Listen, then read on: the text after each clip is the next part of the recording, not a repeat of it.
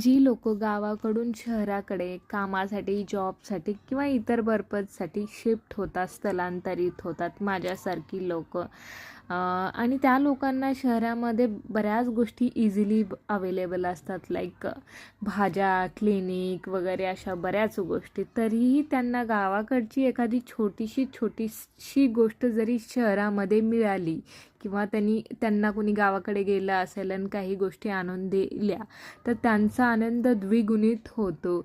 असं म्हणतात की गावाकडचा कुत्रा जरी आला तरी आपुलकीचा वाटतो. तसंच माझं झालं होतं. आमचे क्लोज रिलेटिव्ज गावाकडे गेले होते आणि त्यांनी खूप साऱ्या रानभाज्या आणि फळं आणली होती.